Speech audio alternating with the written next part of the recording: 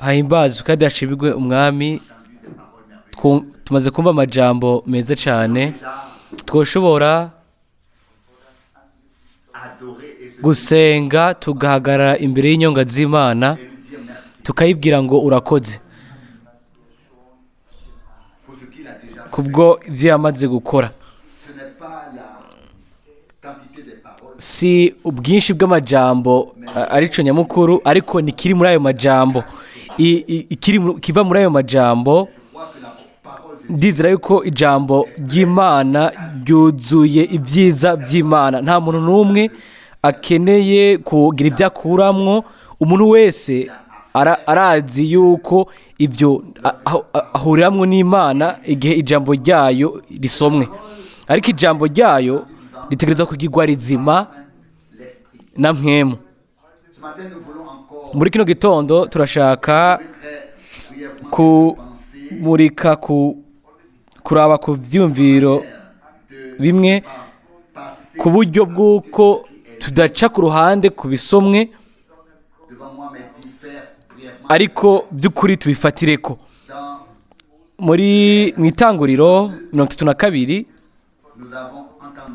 kumvise havugwa Yakobo yuko nawe nubwo yarafise isezerano yagize ubwoba agwa mu gatengwe, kandi muwo mubabaro yarafise mu mutima yarahindukiye ahindukira Imana mu isengesho akomeje.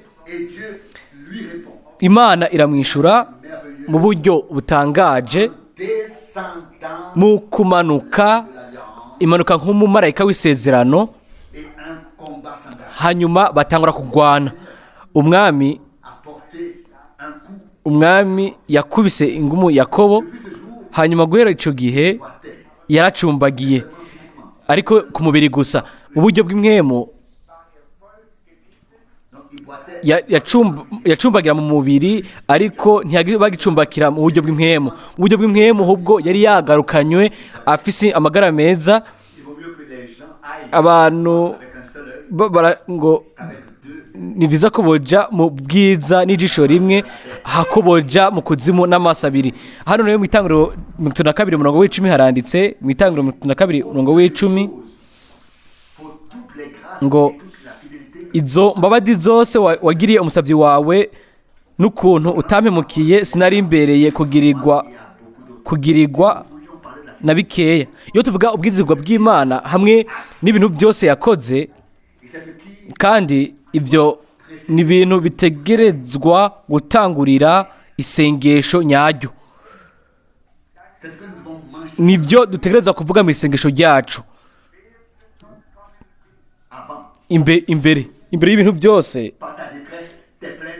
Aho kwidoga kwawe, ibyo usaba, umuntu ashaka kuza ku Mana ategerezwa kwanza kwiyumvira, akaraba ubuzima bwiwe, akaraba ibyo Imana yakoze mu buzima bwiwe. Ibyo rero bimuha icizere gishasha kugira ngo azane umutwaro wiwe ku mwami mushasha. Nimba tuje imbere y'Imana tukaza mu isengesho, tugaca dutangurana no kwidoga, tukazana ibintu sinzi aho tuzohagararira, kumbure tukatangura kwidoga tukidodomba. Ariko nk'uko Yakobo tudatanguranye n'ibintu bidukoze ko by'ukuri, ariko tukatangura gushira imbere imigisha, amasezerano y'ubuntu, ubwizigwa bw'Imana ubwo yagaragaje gushika ubwo kuri twebwe, kuri wewe no kuri jewe no ku bantu benshi. Aho rero ibintu bica biza bisa ukundi kuntu. Aho tuca twakira ubufatanye n'Imana, kandi Imana icimenya yuko tutaba duciye ku ruhande y'ibyo yadukoreye, ibyo yamaze kudukorera twebwe, kandi ntituba dusuzugura ibyo bintu, ariko tuba tubinezererewe, tuba tubyumvira ko, kandi tuba dushobora kumubwira mu buryo bushasha. Hanyuma aca avuga ku murongo wa 11 ngo ndakwinginze nunkize unkure mu maboko ya mukugwanje Esawu, kuko ndamutinya, yoye kuza akanyicana n'abana na ba nyina. Yari afise ubwoba, ariko yari afise icizere mu Mana yiwe. Birakwiye ko twemera ibyo bintu bibiri, tuvyemange, tuvyemere. Ku ruhande kimwe tubagira icizere mu Mana, ku rundi ruhande ibintu bitubabaje nabyo tukavyemanga, hanyuma tugaha ibyo bintu bibiri Imana, tukabizanana Imana. Ibyo bintu bibiri tukabizana mu Mana, ku Mana mu masengesho, Imana irishura. Hanyuma haca havugwa mu buryo butangaje hano mu Itanguriro 32 umurongo wa 25, umurongo wa 25. Uwo mugabo abonye yuko atamushoboye, akora ku mutsi wo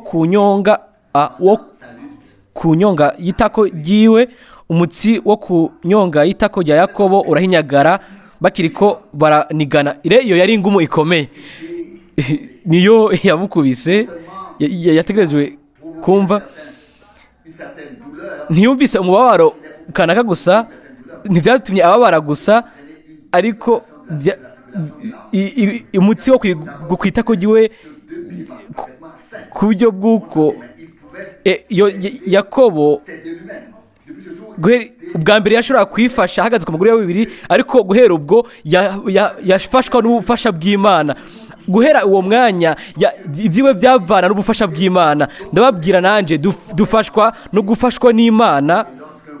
Turifata yuko ngo tumeze neza, ariko igihe ingumu idufashe neza kwitako, cyatumenya yuko ibyacu bivana n'Imana. Hanyuma hacavugwa ku murongo wa 26 ngo uwo mugabo aramubwirira ati ndekura, kuko umutwenzi utambitse. Yakobo aramwishura ati sinkurekura ngo ugende imbere yuko umpezagira, ngo utampezagiye. Yakobo ntiyatanguye kwidoga ngo abwe ngo mwami ngo uburengo ndababaye, ngo ubusingi ishobora guhagarara ku kuguru kwanje. Ibyo bintu byose ntacyo byari bikimubwiye. Yarazi uwo agomba kuvugisha n'uwo ariko aramuvugisha. Hanyuma kuri we hari hasigaye ikintu kimwe gusa, ntibyari ibintu by'inyuma bigaragara, ariko byari ibintu by'imbere. Hanyuma inyishu hano rero iciza ngo sindakurekura, mpezagira, banza umpezagire. Umurongo wa 27 nawe aramubaza ati witwa nde? Ati ndi Yakobo. Umwami yarazi ngene yitwa, ariko yashaka kumwumva mu kanwa kiwe abyivugira. Raba rero inyishu ku murongo wa 28, Itanguriro 32:28, aramubwira ati ntucitwa Yakobo ukundi, ariko wiswe Isirayeli. Turazi ico aya mazina abiri asigura yose, ngo kuko waniganye n'Imana n'abantu ukanesha, ngo wagumye urunesha. Mbega ubuntu! Hanyuma Yakobo yavuze umutwaro, aravuga ati menyesha izina ryawe. Aramusaba ati nyibarira. Umurongo wa 29 aramubaza ati umbariza iki izina ryanje? Ngo aramuhezagirira aho hantu. Ntibyabaye mu nyuma, ariko muri ico kibanza nyene kuwo munsi, kuri iyo saha, mu gihe izuba ryariko riraseruka, kuri we umuco uri kuraka, aho niho ahezagirwa n'Imana ishoboye byose ubwayo. Hanyuma hano hacavugwa ku murongo wa 30, Yakobo yita aho hantu Peniyeli, ati bisobanurwa ngo mbonye Imana mbona nkubone, ngo nonehe ndacariho. Peniyeli bisigurwa ngo ni mu maso kubona Imana mbona nkubone. Raba rero uyu murongo ucuza nawo urakenewe cyane. Murongo wa 31, izuba rirarasa akirenga Peniyeli, ngo agenda acumbagira itako ryiwe. Ibyo ntacyo byari bikimubwiye. Nubwo ucumbagira ku isi, mu buryo bw'ngaha ku isi, nubwo cubagira mu mubiri wawe, nimba imana yahuye nawe hanyuma izuba rikarasa, hanyuma umuco w'imana ukaba umaze kwaka, yakugize nanjye yangize uwari Yakobo imugira Isirayeli, yamugize uwari umuriganya yamugize umugwanyi w'Imana. Rero niko bica bivugwa mu idonido mu gice haca havugwa ngo kuko yagwanye n'Imana, yabonye Imana, kandi Bibiliya iravuga ngo nta n'umwe yabonye Imana. Yabonye Imana mu ishusho yo kwishura, yo kwigaragaza, yo kubonekana nka marayika w'isezerano. Musube muri Hoseya 12 ku murongo wa 4. Dès le sein maternel, Jacob saisit son frère par le talon. Et dans sa vigueur, guhera avec Dieu. Il a lutté avec l'ange et a eu le dessus. Yafashe igitsintsiri ca mukuru we bakiva mu nda ya nyina Yakobo, kandi amaze gukura yahotoranye n'Imana.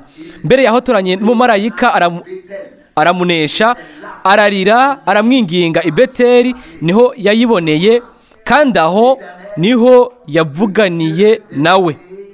Uhoraho nyene ingabo, Uhoraho niryo zina ryiwe, ngo ni Yawe. Hano tubwiwe ibyabaye mu idonido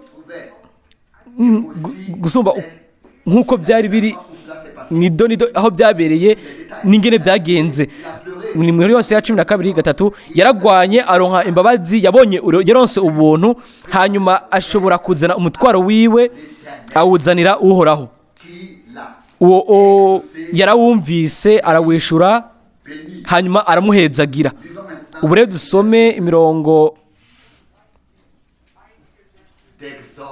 yo mu Kuvayo 34, mu Kuvayo 34 ku murongo wa 27.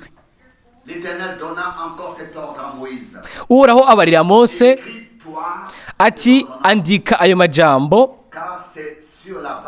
kuko isezerano sezeranye nawe n'Abisirayeli rihagaze kuri ayo majambo.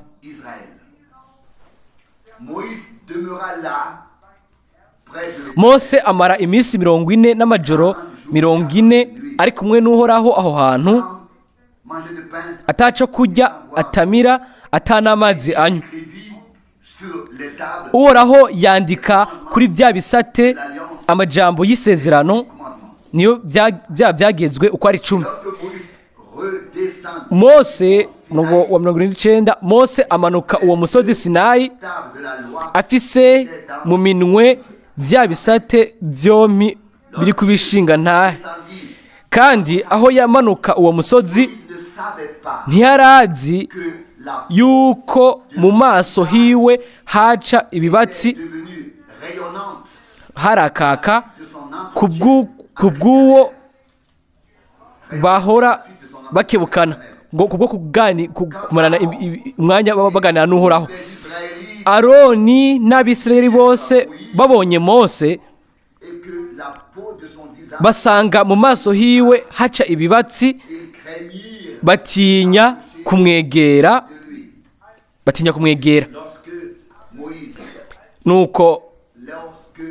Nuko Mose arabahamagara, maze Aroni n'abakuru b'ikoraniro bagaruka kuri we.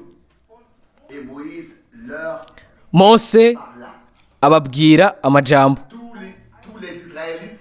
hanyuma Abisirayeli bose nabo baramwegera,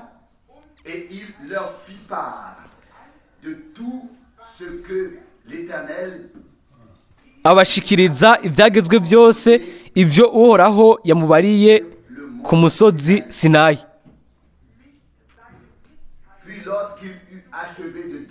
Mose amaze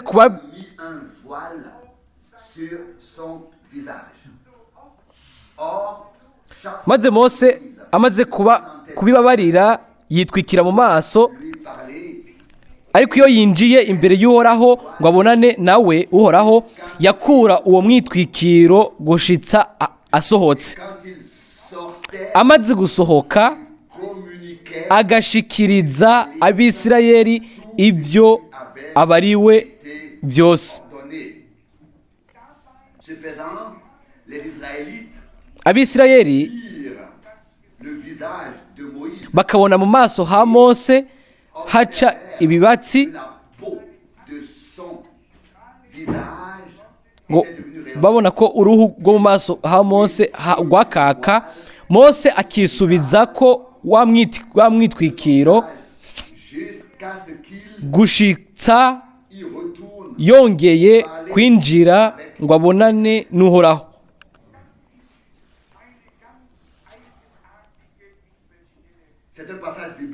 Iyo ni umurongo wa Bibiliya udasanzwe wiharije.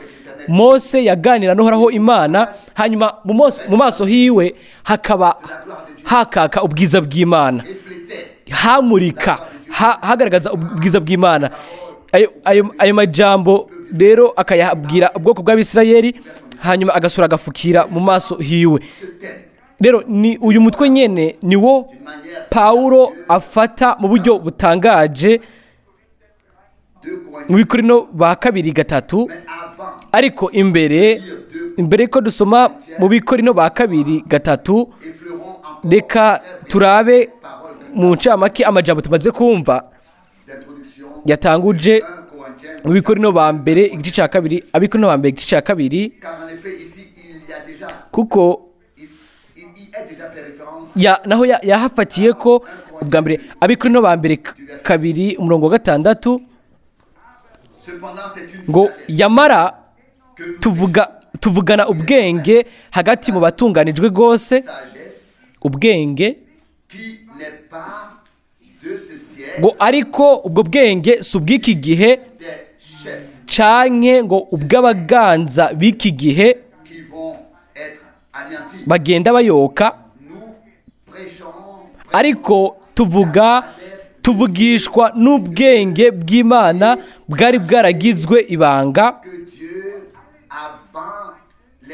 bwari bwaranyegejwe ubwo Imana yagabiye kera ibihe byose bitarabaho kuzoba icubahiro cacu, mu gifaransa ngo ubwiza bwacu. Reka duhagarare hano gato kuri uno murongo.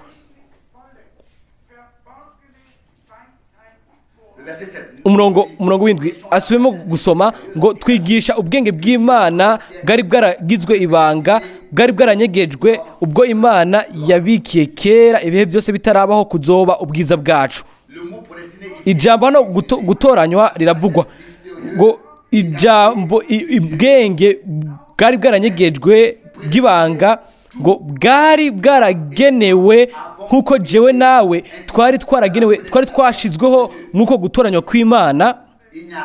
Nta kintu na kimwe, nta kindi kintu, ibyo bintu bibiri byose byaratoranijwe, ubwoko bw'Imana hamwe n'ubwenge n'uguhishurirwa kw'Imana, ugutegerezwa kugaragarizwa ubwo bwoko bw'Imana mu gihe gishinzwe. Turasoma mu Bikorino ba 2:8 ku murongo w'8 ngo kandi mu baganza b'iki gihe ntawabumenye, ngo iyo baba barabumenye ntibaba barabambye umwami w'icubahiro. Nk'uko handitse,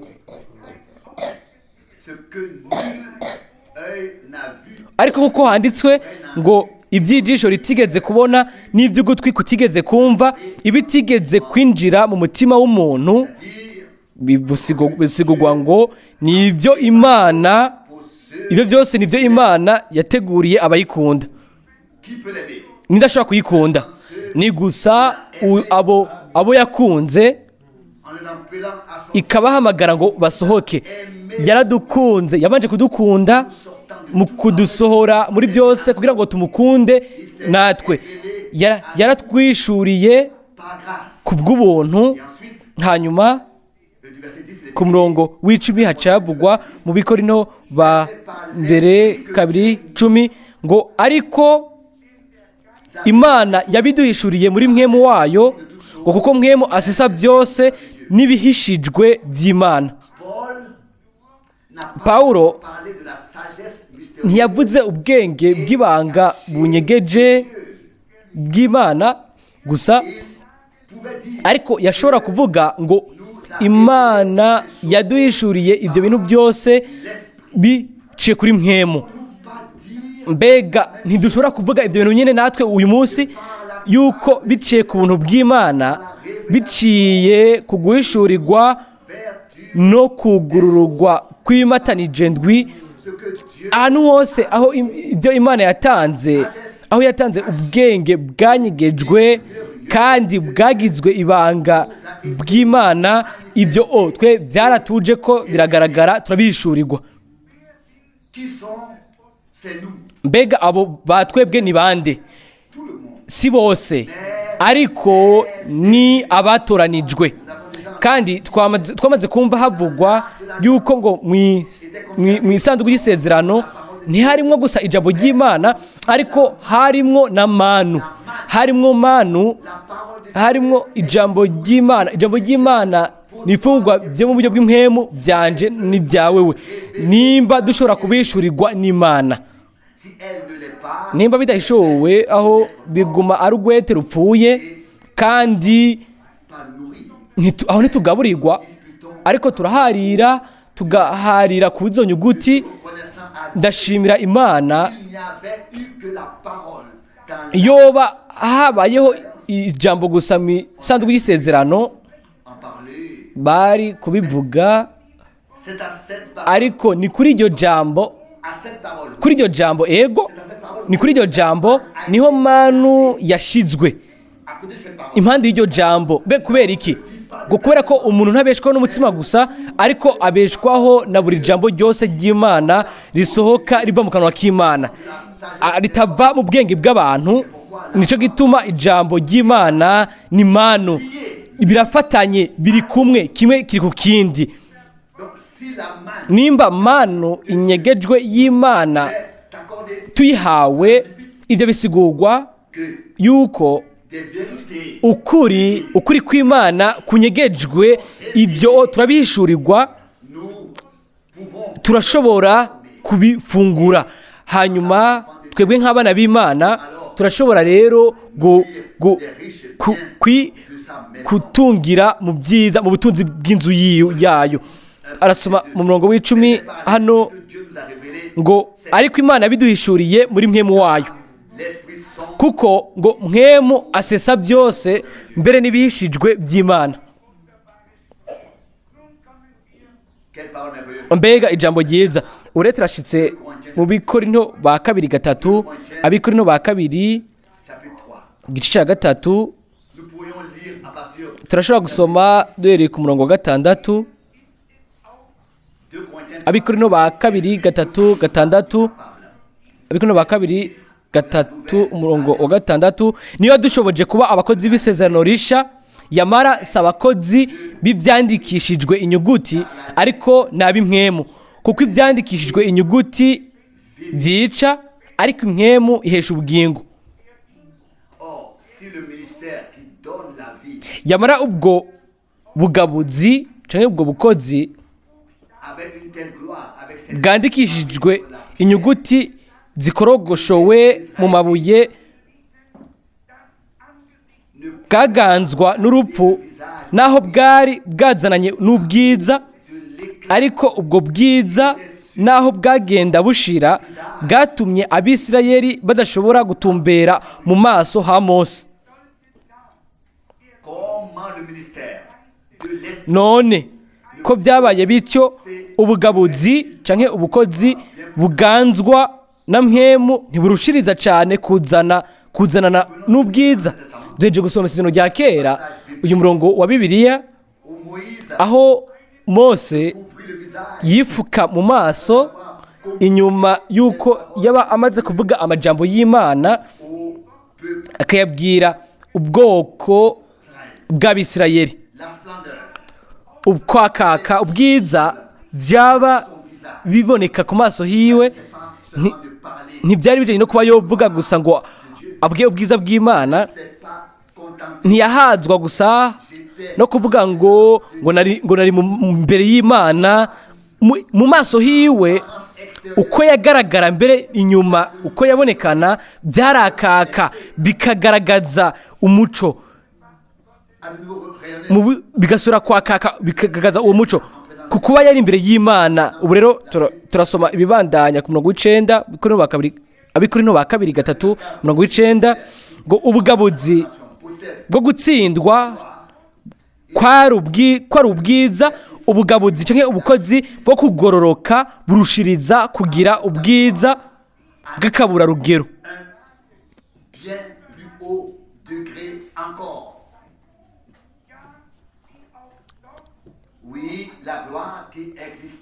Ego ubwiza bwari hariya bwaragenda bukazimangana bukarenga ukugereranije n'ubwiza burengereje bw'akaburarugero buhari. Hano rero ariko haba ukugereranya ibintu hagati y'isezerano rya kera na rishasha, hagati y'ibyari bihari, ibyatanzwe biciye kuri Mose ku bijyanye n'ibyagezwe, hamwe n'ibyahishuwe kuri Kristo ku bijyanye n'ubuntu hamwe n'imbabazi.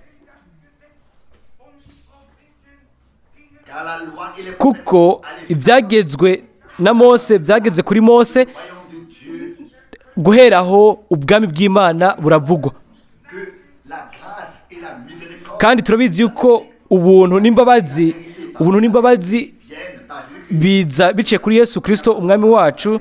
Ntiyavuze gusa ukuri, ariko yari we kuri, kandi azoba ari ukuri.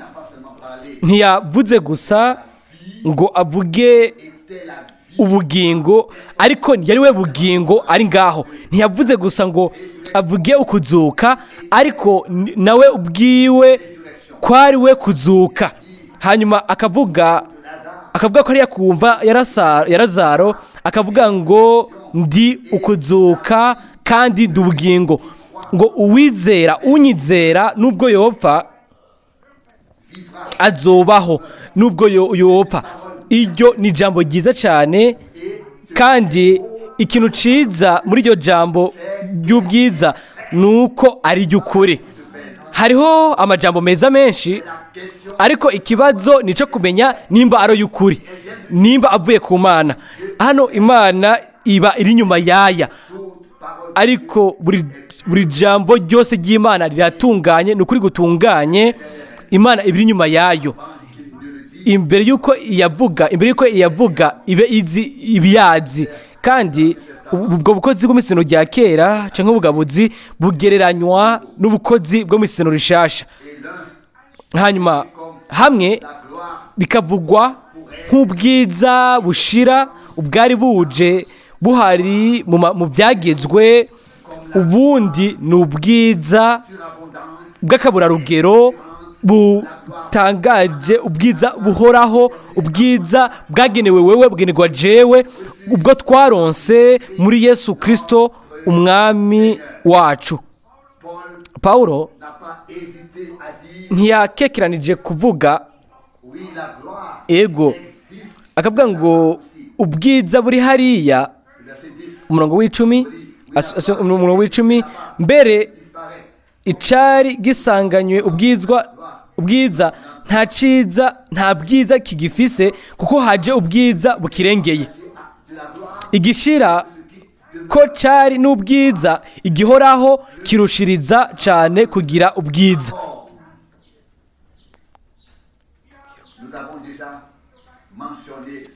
Ibyo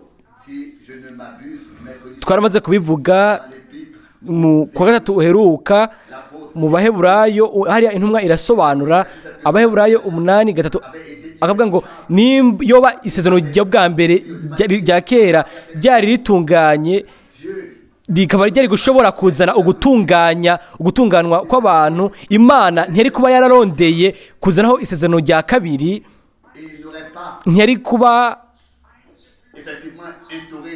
yarazanye isezerano rya kabiri, ariko Nous voyons ici turabona yuko ayo masezerano abiri yose asohoza igikorwa cyayo, kuko atabyagezwe ukumenya icyaha n'aurait pas été possible. ntibyari gushoboka. La connaissance ukumenya icyaha biza biciye ku byagezwe. Mwemu yera araza akatwemeza icyaha de la loi bifatiye ku byagezwe by'Imana, iby'Imana yashinze. Hanyuma hano mu izina rishasha, l'acquittement, ukubohorwa, ubuntu nabyo tukabihabwa, et nous pouvons dire kandi turashobora kuvuga ngo mu mwuzuro, mu bibogaboga, twaronse ubuntu ku bundi buntu. et nous chantons Hanyuma turaririmba mu ndirimbo turirimba ubuntu gusumba urubanza, et la grâce de Jésus. turirimba ubuntu n'urukundo rwa Yesu. Hanyuma turabandanya gusoma kwacu Dans 2Korintri 3 verset mu Bikorino ba 2:3 umurongo wa 12. nous avons une telle espérance que nous nous présentons avec Nuko ko dufise icizigiro kingana gityo tuvuga tutaboterereza na gatonya. un voile sur son visage Ntidusa na Mose yitwikira mu maso kugira ngo Abisirayeli ntibahange amaso iherezo ry'ubwariko buraherengetera ubwiza.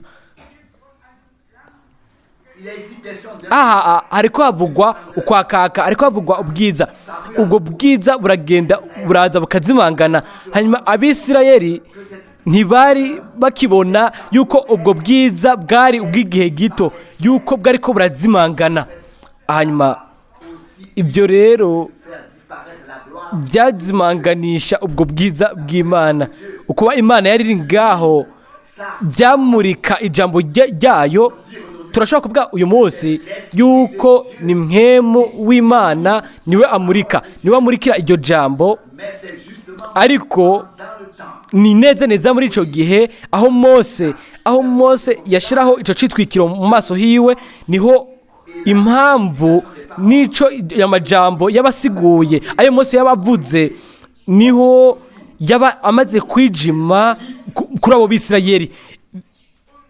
et c'est là que réside la difficulté. Aho niho rero haba ibibazo by'izo nkuru zose, ariko turabizi La révélation yuko uguhishurirwa, ukubonesherezwa bitangirwa muri Kristo. c'est 14 Ku murongo wa 14 turasoma cependant ngo ariko imitima yabo, mu gifaransa ngo ibyiyumviro byabo mu buryo bw'imwemu ngo byarakomantaye, imitima yabo irakomantara, kuko gushitsa na bugingo n'ubu ca citwikirizo kikiriho mu isomwa ry'isezerano rya kera ntikirakugwaho, ne disparaît pas, ngo ntigikugwaho, n'est ôté qu'en Christ. kuko muri Kristo ariho giherera, ngo niho gikurirwaho. Verset 15 Umurongo wa 15, ariko gushitsa n'ubu ibya Mose iyo bisomwa, ico citwikirizo kiba ku mitima yabo. Mose la couverture sur son visage, we yashira icitwikirizo ku maso hiwe, l'illumination kuko ukumurikirwa mu mitima byashoboka gusa biciye muri Kristo mu isezerano rishasha. Ariko ce n'est pas seulement si la tête des imitwe gusa y'Abisirayeli siyo yafukwa, sur leur ariko no ku mitima yabo ico citwikirizo carashikaho. Iyo bagasoma ibyo byandiko bya Mose, cette fois-ci murabizi yuko uwo igihe twari i Yerusalemu, nous donnait hanyuma uwo ariko araturongora, uwatujana adusigurira, nashimitse cyane, ndabaza écoute mon frère, ati mwene data emviriza, le jour du sabbat, umunsi w'isabato la Torah mbega murabusoma mu matora mu masinagogi? Arashura ati ego, bagusoma mu matora, ibitabo bya Mose n'ibitabo bitanu bya Mose. Hanyuma inspiration. nagize uko guhumekegwa Les 5 ngo basoma ibyo bitabo bitanu bya Mose, la couverture est sur leur cœur. kandi igitwikirizo kiracari ku mitima yabo, ntibashobora gutahura. Et qu'est-ce que c'était? ibyo byari biki? Moïse Mose a reçu la loi. yaronse ibyagezwe. Si nous lisons Iyo dusomye mu itanguriro récit de la création kuva ku kuremwa avec tugashika Abraham, ku isezerano hamwe na Aburahamu, mais ensuite Isaka na Yakobo, ariko iyo dusomye mu kuvayo à la ca tugera mu gusohoka, mu kuvayo Imana igahura na Mose, ubwoko bugasohoka, et la loi hanyuma ibyagezwe bigatangwa. lévitique Dusomye mu Balewi dusangayo ibyashinzwe byose, ibyo Abisirayeli bategerezwa kwitondera igihe igikorwa cy'Imana cyategerezwa kubaho. et Hanyuma mu gusura mu byagezwe de l'ensemble des quatre byari nk'incamake ya bijya bitabo bine bya Mose. Iyo twitegereje rero tukabona yuko ibyo bitabo bitanu bya Mose si précieux qu'ils aient été, nk'uko nyine byari iby'igiciro ku Bisirayeli, ils n'étaient pas écrits au sujet ntibyari byanditswe transversé. kuri Mesiya batoboye bazibuye, Il n'y avait pas ce qui est écrit dans ntihari handitse ibyanditswe muri Yesaya 53, ntihari handitse ibyanditswe muri Zaburi 22 mu bitabo bya Mose. Gushika ubu bo bisomera muri ibyo bitabo bitanu bya Mose, qu'il a vu, hanyuma uwabibonye rimwe il transperce ibyo bimucira no mu giti cy'umugongo no mu maguru. Ubisomye byose, hanyuma principalement le Talmud iyo Talmud babylonien. y'i Babuloni, ibyo basoma, ibyo rero babisoma inyuma y'ibyo bitabo bitanu bya Mose. Ibyo rero igihe nabyumva byumvikanye jene muri jewe, iyo numva iyo Talmud bandikiye i Babuloni, naciye nshaka kugira iyo Talmud ndayirabe mu maso yanje. Et nous sommes avec frère Ni igitabo. Hanyuma nari kumwe na Tata Gaidech na Rus hamwe n'abandi bene data, twarinjiye, hanyuma turaba iyo Talmud y'i Babuloni. un magnifique document. Ni urugitabo gitangaje. Nashaka kuvuga igitabo gishobora kubonwa mu isi yose, hamwe n'ibyo ingene bacanditse n'ingene kimeze, ariko ni mubirizi inkuru igisomwa ciyo Tora, ibyo bitabo bitanu bya Mose ibirimwo biri hagati na hagati n'iyo Talmud.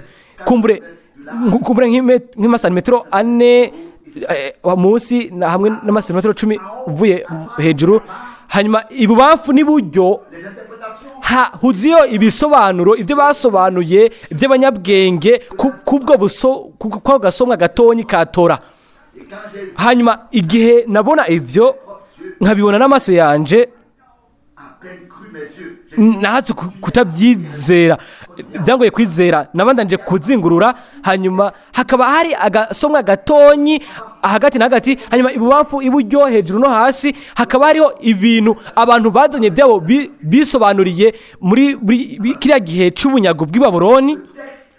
Igisomwa de la parole, cy'ijambo nyacyo ry'inkomoko petit soit-il, kakaba gato nk'uko kari, complètement. byarangiye ahubwo kazimanganye burundu. Hanyuma nta muntu n'umwe mu basoma yabazi ibyaba byanditse mu bitabo bya Mose. Ils savaient seulement ce Baba bazi gusa ibyo uw'ibubamfu yanditse, ibyo uwo hejuru yashize ko akandika, ibyo uwo ibubamfu iburyo yashize ko, n'ibyo uwo munsi yanditse akavuga ko. Ibyo bintu byose byanyibukije igihe ico ishengero ry'isezerano rishasha ritegerezwa gucamo, kandi autre que Martin Luther. nta wundi ni Martin Luther, niwe yahisemwo uwo mutwe ngo ishengero mu bunyagano bw'i Babuloni. Mu bunyagano bw'i Babuloni mbega byagenze gute? Mu gihe aho ishengero ryari muri ubwo bunyagano bw'i Babuloni, iyo bwari mu bunyagano bw'i Babuloni, bafashe uburyo butumwa bwiza bune ay'amavanjiri 4, bafata n'udusomwa duto bwo mu mavanjiri, hanyuma bazana ibisobanuro byabo bakabyandika mu mpapuro n'izindi mpapuro. Neza ibyo bintu nyene nibyo byabaye hamwe n'ubwoko bw'Abisirayeli. Ibyo bintu byasuye kuba biba hamwe n'ishengero ry'isezerano rishasha. Uyu munsi Ils lisent les commentaires barasoma ibyo abo bagabo bakomeye basobanuye imigani, ibyo bagiye barandika bavuga ko nicyo gituma icitwikirizo cya Mose, icitwikirizo cya Kristo kiri ku mitima yabo. Igihe havugwa hano yuko ngo icyo citwikirizo gikurirwaho muri Kristo, ngo niho giherera,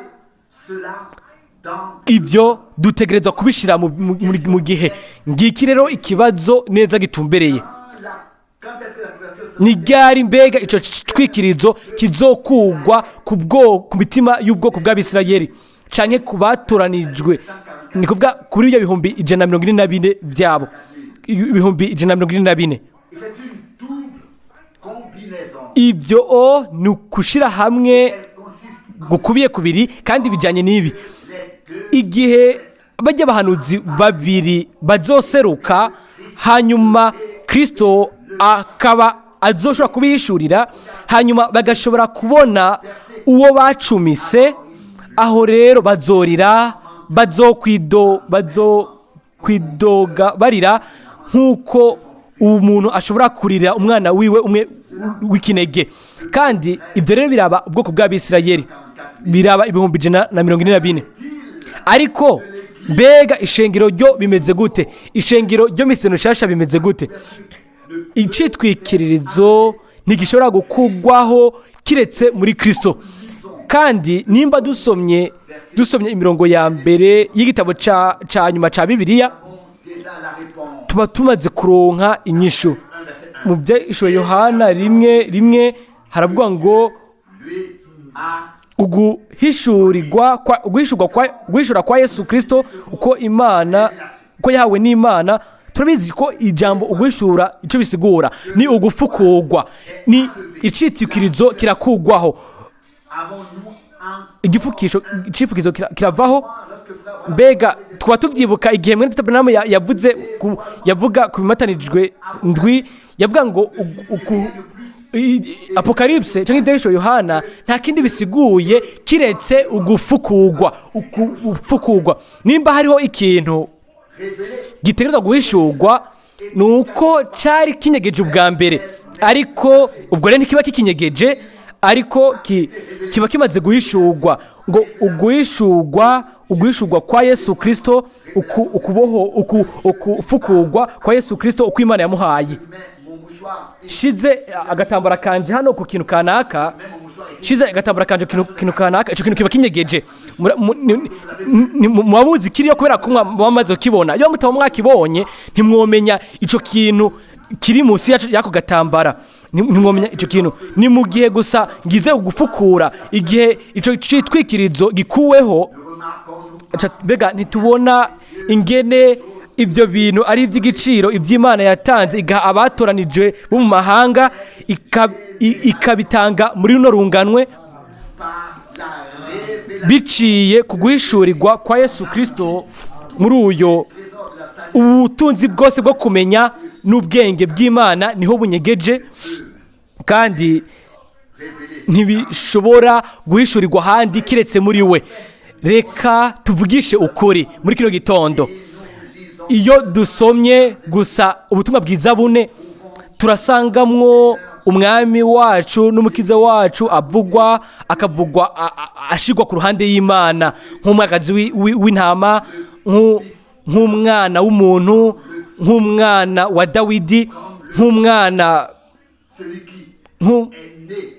nk'uwabyawe, nk'uwambitswe uduhozo, agashigwa mu bwato bw'inka, nk'uwariye akanwa tukamubona nk'uwasinziriye, nk'uwarushe, nk'umuntu yasenga se wiwe.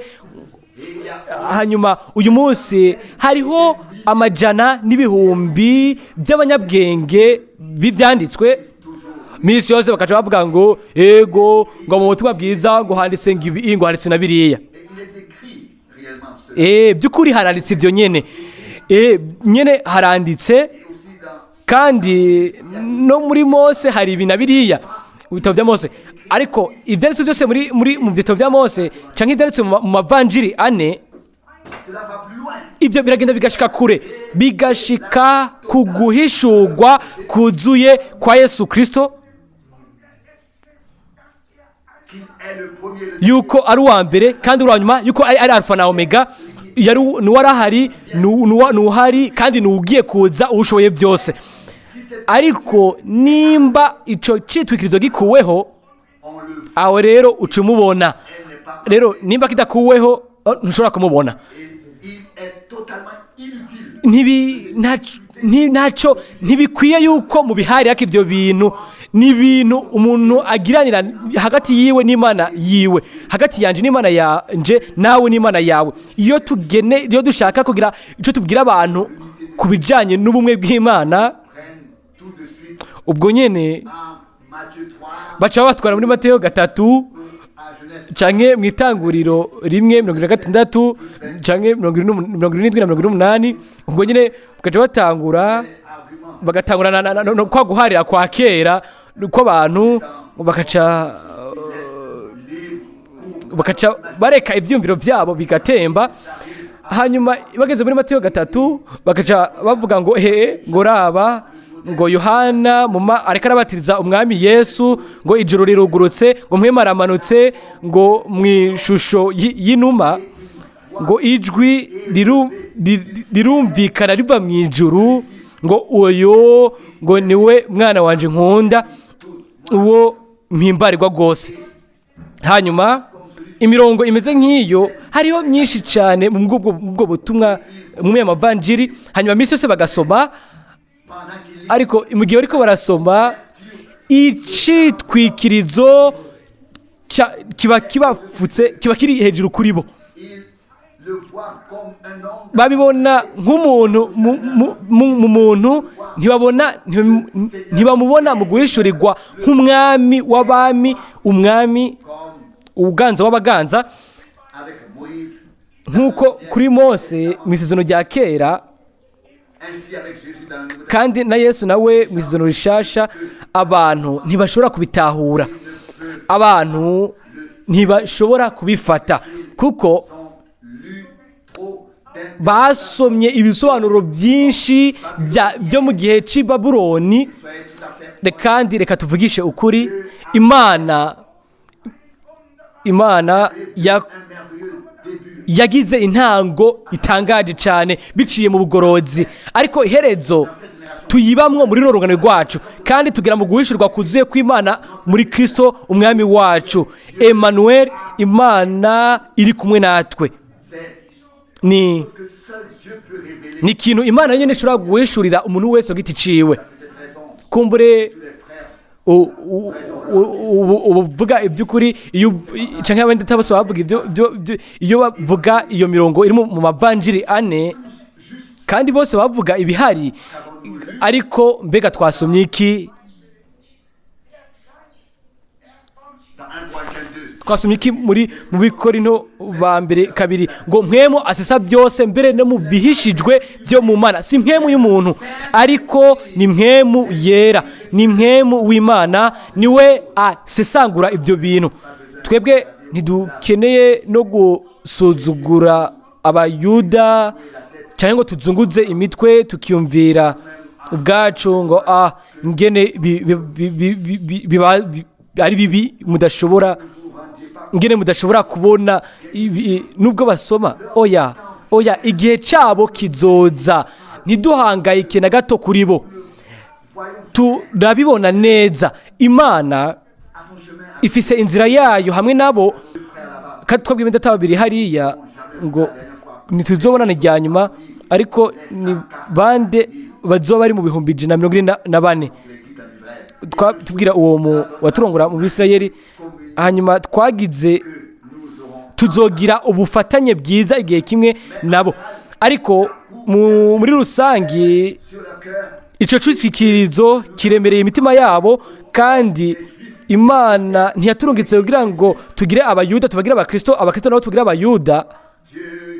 Imana iravuga ngo mwebwe abatari abantu banje muzokwitwa abahungu b'Imana nzima. Iryo ni isezerano. Ndibuka n'uno munsi nabivuze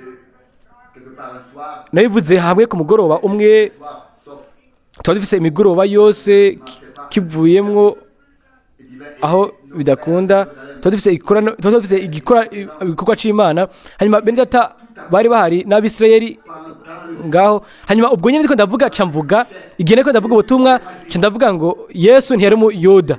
Murashobora kuyumvisha muri uwo mwanya narabaravye kugira ngo ndabe nyine baca bifata. Hanyuma ndavuga ngo Yesu ntiyari mu Yuda. Ndahagarika gato kugira ngo ndabe ingene baba bifata. Hanyuma inyishu iraza ngo yari Imana yahishuwe mu ishusho y'umuntu. Hanyuma ndavuga ati iyo yari umuyuda Yosefu yari wese wiwe, ariko ntiyari umuyuda, ntiyari umunyamahanga, yari Imana ihishuwe mu ishusho y'umuntu. Hanyuma murabizi byakoze nk'igiturika nk'ibombe, abantu bategereza kubifata, ariko icyo citwikirizo kiracari ku mitima yabo. Mbega harabizera bangahe bo mu mahanga batemera uguhishurirwa kwa Yesu Kristo? Bafise gahunda zabo, basoma mu mavanjiri, bagasoma mu vyete, ariko icitwikirizo ca Kristo kiracari kuri bo. Byanditswe neza ngo ni muri Kristo gusa niho ico citwikirizo gikugwaho. Si wewe ugikuraho, si jenda gikuraho, biciye kuguhishurirwa kwa Yesu Kristo. Ubu rero turabona ingene ukugurwa kwimatanijwe byari bikwiye cyane. Turabona ingene uguhishurirwa kwa Yesu Kristo byari bifise akamaro. Imana yarabiduhaye muri kino gihe, iduhezagire kandi iduhishurire ibivugwa byose ku bw'ubuntu. Hanyuma mu buryo bushasha itugire abanezerewe uyu munsi mu bwina bw'imitima yacu. Ico citwikirizo ko cyamaze gukugwaho ku mitima yacu, kandi ntitukibona ijambo nk'inyuguti ziri mu isanzwe ry'isezerano, ariko tuyibona nka manu nshasha, ijambo ryahishuwe mu buryo bushasha n'Imana byo muri kino gihe. Rero byari ibidasanzwe, byari bidasanzwe nuko nk'akamenyero iyo bagumana manu ngo bayigumane gushika ku munsi uzoza yaca ibora, ariko manu yabitswe mu isanzwe y'isezerano yo yagumye yaziganijwe mu runganwe no mu rundi runganwe. Haleluya! Mbega ikintu gitangaje yuko ijambo ry'Imana ni ibifungurwa bitabora. Imana ishobora kubandanya ihishura, igahishura ikintu mu buryo bushasha kugira ngo ibwire abantu bayo. Twebwe ntitwahagaze ku mazi aboze canke ku byo kurya byashaje byaboze, ariko ku bw'ubuntu bw'Imana, Imana yaturongoye tujyanye imbere gushika kuri no saha, kandi izoturongora idushikane kure kuko yaratwishuriye ku bw'ubuntu. Amen. Hayimbazwe kandi hashimigwe Umwami. Ibifungwa byo mu buryo bw'impwemo byo mu gihe gikwiye. Bene data n'abashiki banje, sinzi, ariko mwemu w'Imana arahari mu buryo bw'ubushobozi. Nashaka kuvuga yuko ni imitima gusa iyo icitwikirizo cakuweho nibo bazovyumva, abo nibo bazobibona, kuko si amajambo y'abantu, ariko nuguhishurirwa kwa Yesu Kristo.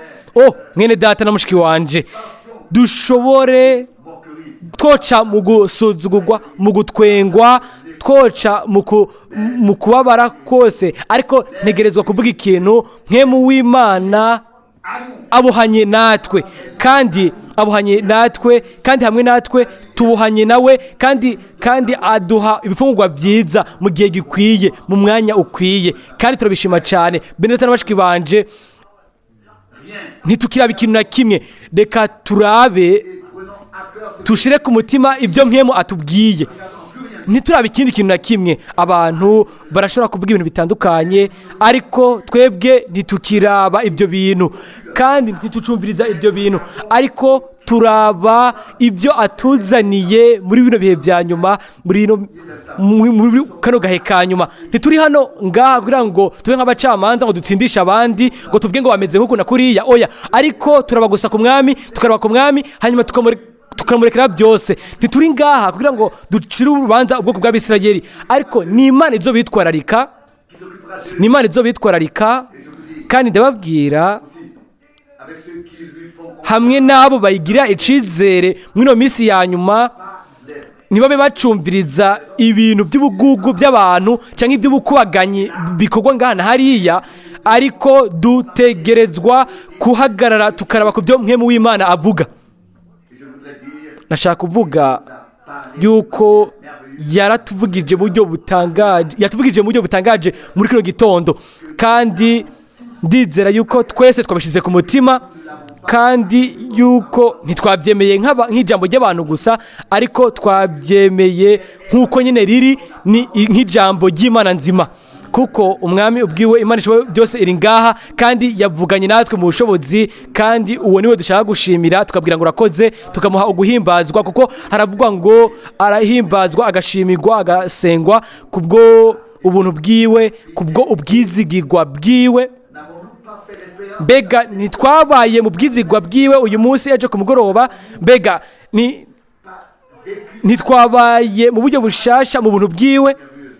Biratangaje, kandi birahari, biri hafi, kandi turabimushimira, turuteza kubimushimira. Reka duhaguruke tubimugaragarize, tubikore mu gusenga. Bene data, mugure iminwa yanyu n'imitima yanyu, muzane ugushima kubwo ubuntu bwiwe, mu bwina bw'imitima yacu, kubw'igikorwa cyawe cy'ubushobozi mwami, kubwo amabanga y'ijambo ayo wahishuye mwami. Muri kino gitondo wavuze buryo butangaje mwami, ejo ku mugoroba waravuze, mwami nturahinduka mwami, uracari wa wundi. Haleluya! Nico gituma turagusenga, duhimbaza ukubaho kwawe, dushimagiza izina ryawe. Mana, wewe uri hejuru, izina ryawe rirengeye andi mazina yose. Ubu rero urashobora kumenyekanisha ku bawe mwami ingene bitangaje.